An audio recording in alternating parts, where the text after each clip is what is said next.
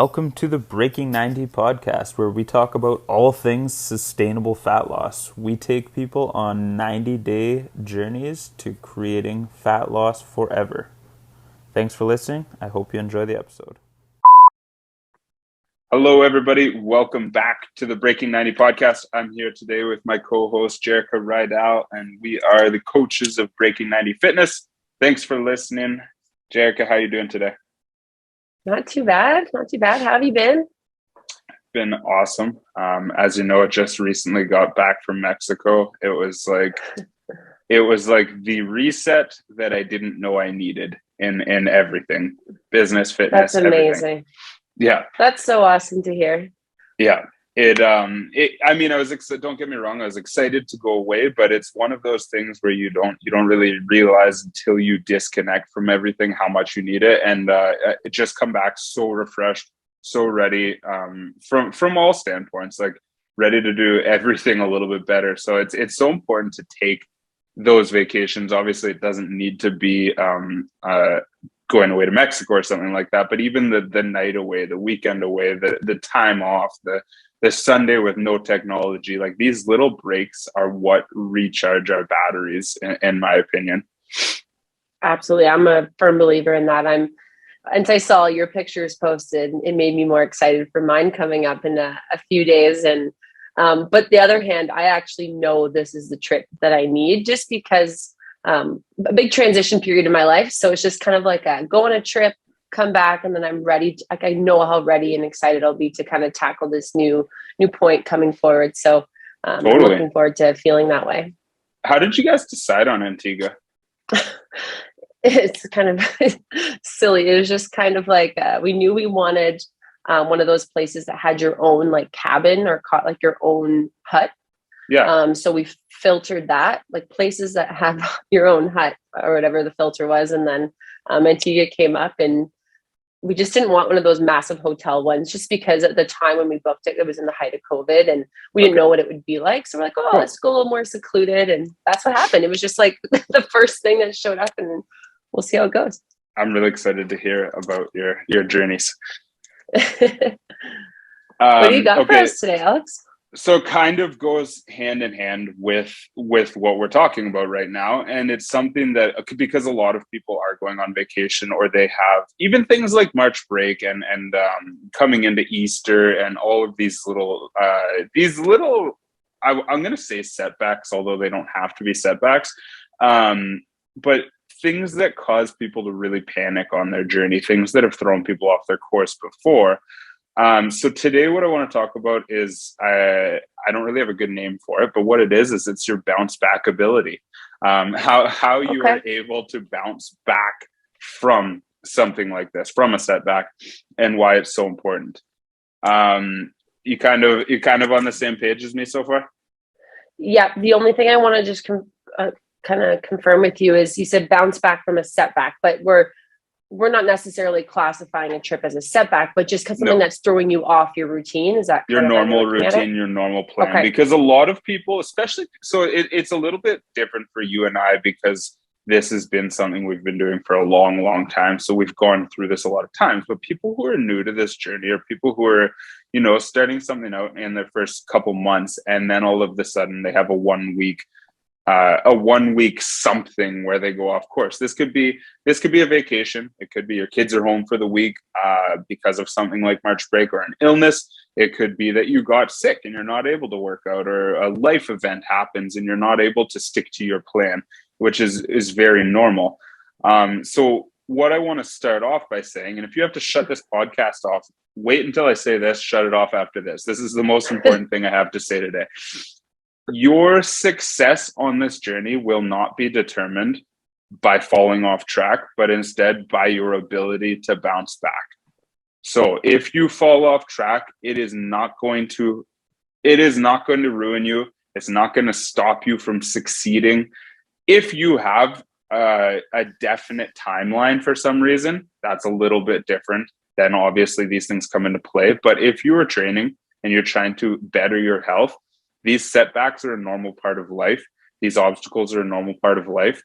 Falling off track is a normal part of a sustainable journey. It's your success is determined by how quickly you can get back on track.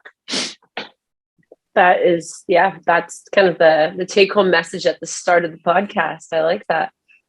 So I'm curious, with yourself, with experiences like this, how do you normally navigate this? What does it look like for you? Depending on, I guess, what it is, right? If it's a planned setback, as I put in quotations, like a trip, for example, it's something that I typically would plan to make a plan when coming back, being like, okay, or even during that period of time, right? If it's a planned event, then I would definitely make a plan going into it. And that kind of goes back to all our core principles.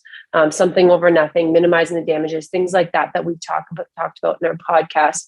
That's always kind of my mindset going into these planned setbacks, for example. And when they're unplanned, like an illness, the same core principles come into play, but I always kind of listen to my body first. And that is when it comes to illnesses or taking care of family members and things like that, it's going to be making that list of priorities. What's the most important thing right now? It might be A, getting better, or B, taking care of this certain person. So making sure that that's at the top. And then maybe during those periods of time, my goal might be number 2, right? Like if weight loss or fat loss, is my goal and I'm sick, it's not my goal. It's not at the top of my list during this period of illness, because right now getting better is at the top of my goal list. And then returning to that. So I think this answer depends on what type of setback or thing that happens. But if it's planned, I always like to have a plan going into it, for sure. That's really great. No, I like the way you answered that. And it's something I wasn't going to think to touch on, but I'm glad that you did, is always reviewing those priorities, right? So deciding, is this still my number one priority? Likely the week that you are on vacation or the week that you're off your course, fat loss is not going to be your number one priority. And that's okay. It doesn't mean it has to become your least important priority. It can still fall on that priority list somewhere, but maybe we switch into that maintenance phase that you guys have heard us talk about in the past. And maybe you use this as an opportunity to hone in on some of the other aspects of your health and fitness, while not completely falling off the rails. Don't get me wrong. I want you to go on your vacation, enjoy yourself, love every minute of it. But it doesn't mean you have to absolutely sabotage yourself for the entire week. You could still look for moments to get out and exercise. You can still look for moments to have that extra bit of water in between your drinks, or maybe a salad with your food. Like there's still these opportunities to minimize the damage. It doesn't need to just be that all or nothing where you sabotage yourself for an entire week. Absolutely. I'm curious, are those the ones that you focused on, or did you have a focus going into this vacation? I knew that I wanted to take some time off. So it's kind of like you, I planned out that this would line up well as kind of a deload week for me. So for people listening, if you're following a pretty strict strength program and you're doing it for a long time, we'll often plan these deloads where it's basically an opportunity for your body to keep moving, but still recover. So we're not trying to crush our body for this deload week. Most people have natural deloads all year long by these life events, so we don't have to worry about it too long.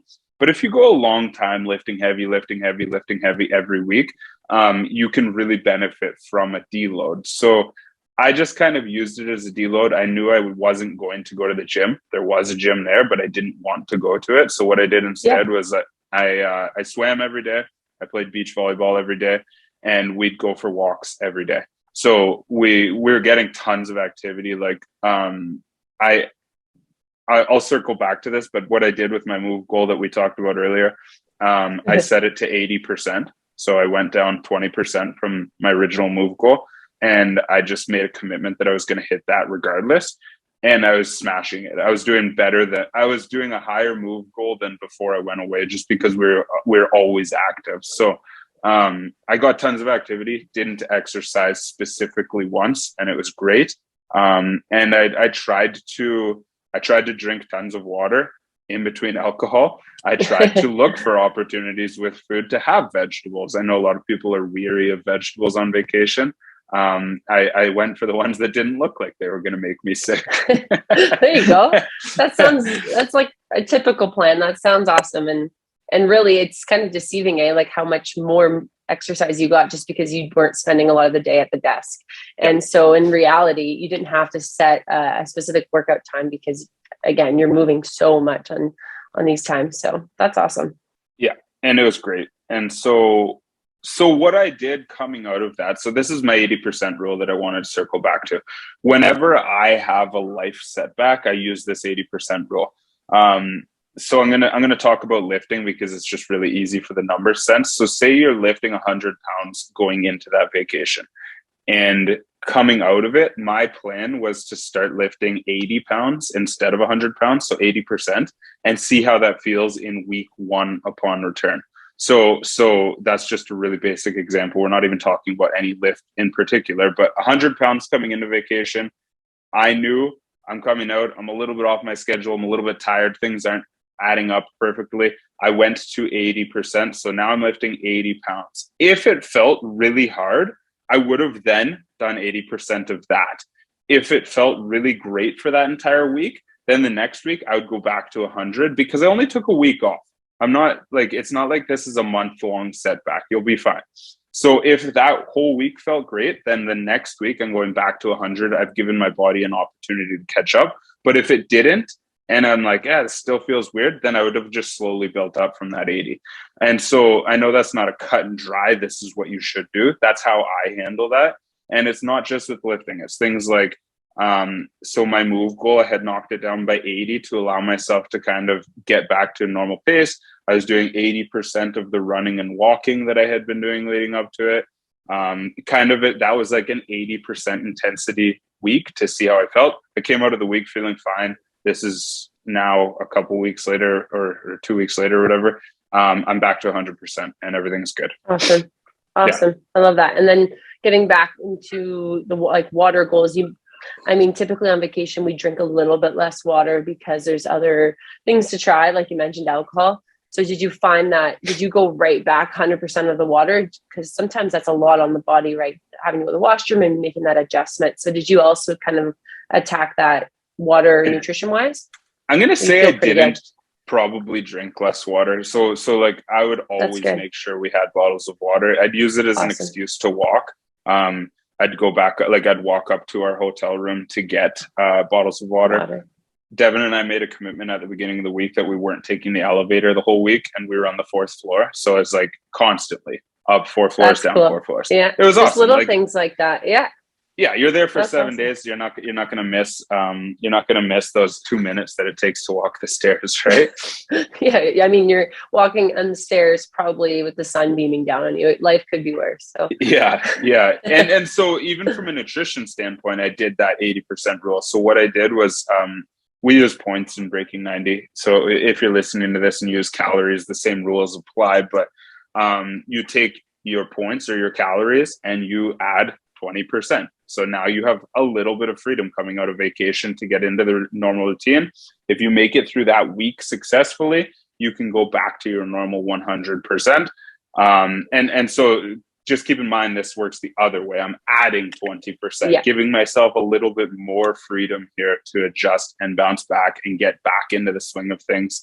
You don't have to use that whole 20%, but it's better than coming out of a vacation where you were definitely eating in a surplus, going back to something really strict where you're feeling too restricted and not able to sustain it.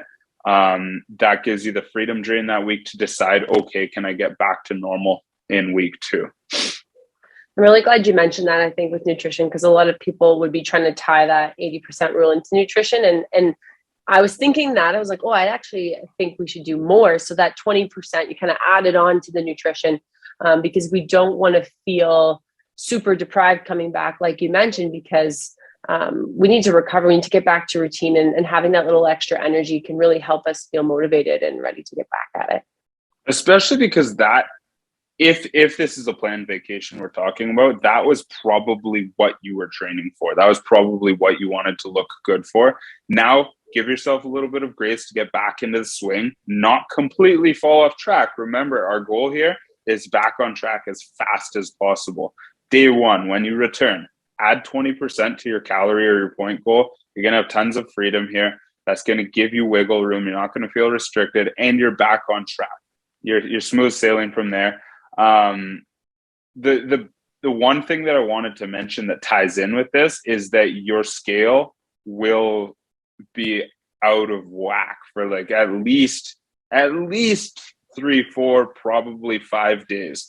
Don't trust that weight when you first return. You're retaining tons of water, especially if you're flying, if you're sleep deprived, if you're drinking alcohol, if you're eating all those extra foods.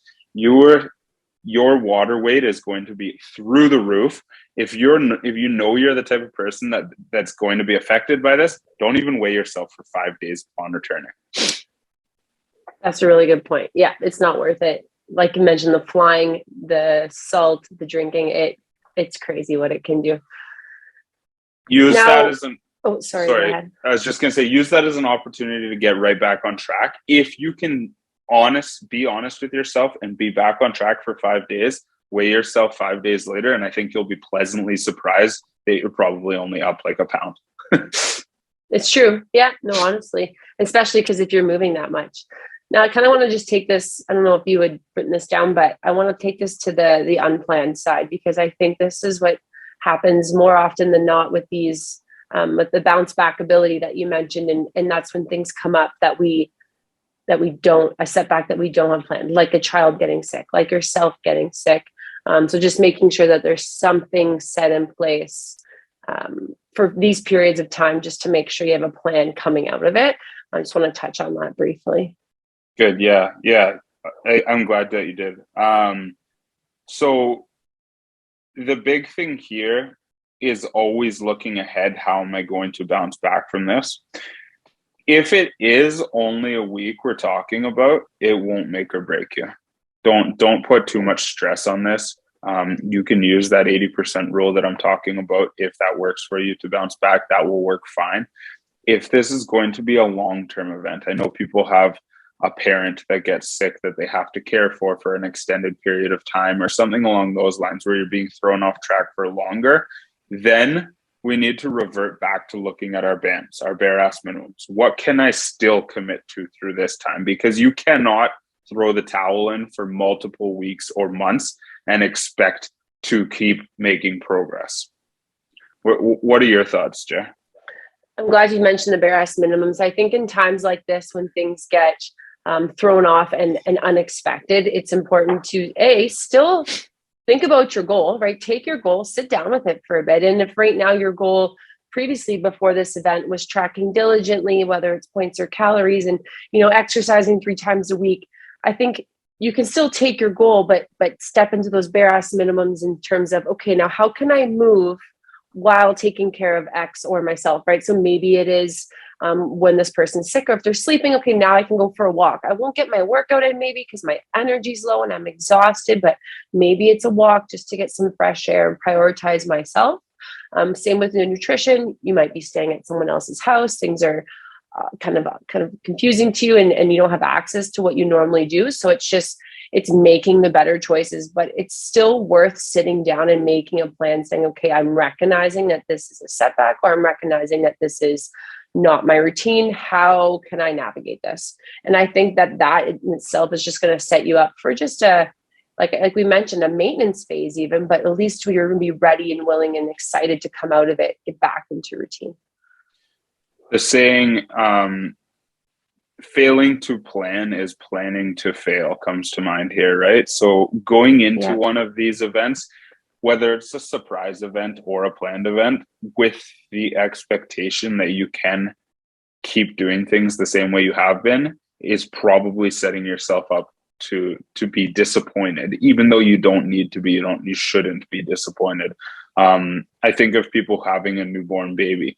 You shouldn't expect yourself to be able to do the exact same thing during those first 4 months of that child's life. It's unrealistic. So having that plan is huge. Thinking about okay, if this gets really difficult, what is the realistic bare ass minimum that I could still commit to? So that you're kind of giving yourself that Amazon promise where you're saying like, okay, I know I could get 2 weeks or 2 walks in per week. And then if you get three, you're like, yeah, I'm killing it. Right? Like Yeah. set yourself up to succeed, not to fail. We don't need to put that on ourselves, especially if you're just training for general health. Especially if there's already stress on you, whether it's external stress or, like we mentioned, if you're sick yourself, like adding more stress and more kind of that down negativity is not what we want. We want to find ways to have small wins, or even these small wins might feel like really big wins in these times, right? So making sure we kind of either start our day with a win or find a way to win in that day, something small can really kind of keep us moving in those tough times. For sure. For sure. So the last little thing I want to add is a lot of people come out of this like, okay, I'm ready to go hard now. I'm going to crush this. I want to step it up a notch. I don't want you to do that. That mentality is going to bring you back into the all or nothing, that extreme, that crash diet that we've talked about so much in the past, where it's like, okay, I feel like shit because I fell off the rails for a week or two. Now I'm going to go hard. We're not doing that roller coaster. It's not about punishing yourself for what you deem bad behavior. It is really about getting back on track, getting yourself back to normal. No punishment, no feeling bad, no guilt needs to be tied to this. You don't need to eat less because you ate more. You don't need to move more because you moved less. You need to get back on track and aim for long-term sustainability. Like, how often do you see someone that goes on vacation and comes back and it's like, now, I ate such crappy stuff. Now I got to go on like a cleanse. And you're like, well, this is exactly what we're trying to get away from, because we ate so off, or we did things so off routine that, yes, our energy levels are probably really low, or we're probably not feeling great. So doing something extreme is going to make us feel even worse, because our body's looking to recover or get back to routine. So the best thing you can do, we crave routine. We talk about that so much. So the best thing we can do is just return back to some type of consistency, right? Whether it's our nutrition, or start with something that seems doable and then add in the next thing to get back to where we were prior to whatever that was. Absolutely. Awesome. That's everything I wanted to cover. I think we put the nail in the coffin there. I think people get it. But if you guys have questions, obviously reach out. I know this is the time of year where a lot of people are dealing with these kinds of things. So if you have questions, reach out and we can chat about it. The last thing I'm going to leave you guys with is a little recipe that kind of ties in with the whole theme of Mexico here. So this is a new recipe that I've been using a lot, and it's so simple that I'm going to explain it to you over a podcast. I love it. So what I do is I throw chicken breasts into a slow cooker, boneless, skinless chicken breasts into a slow cooker with salsa. Okay. You can make this as fancy or as simple as you want to, but I'm going to go over the very simple version and you can play around with it and you guys can let me know what you think. So chicken breast in a slow cooker, salsa on top, let it slow cook for the whole day, and then it's going to shred easy with forks. So once you take it out of the slow cooker, take the meat out, but leave all the salsa in there, shred the chicken, mix plain Greek yogurt into that salsa until you get it like the kind of rosé color that you like, so that the Greek yogurt is replacing what would be like a sour cream in this recipe. So we're upping the protein game here by doing this. So you'll figure out how much Greek yogurt you like. And then what I do is I put all that shredded chicken into wraps, roll them up, put them in a pan, pour the sauce on top, and sprinkle a little bit of cheese. It's like so you're actually chicken enchilada. It is an enchilada, but it's a super, super lean version. Say so. High protein, low calorie, delicious. Like you barely need to put any cheese on top of these things. You don't even have to. And then you can make it as fancy as you want. So we've added olives, we've added mushrooms and peppers and onions. We've added our own fajita mix to the slow cooker. Like you can play around with this, and I want you guys to, and I'd love to hear if you do. That sounds amazing. I'm definitely going to try it. Cool. Well, guys, thanks for listening. Make sure you share this episode, rate it, and let us know if you have any questions.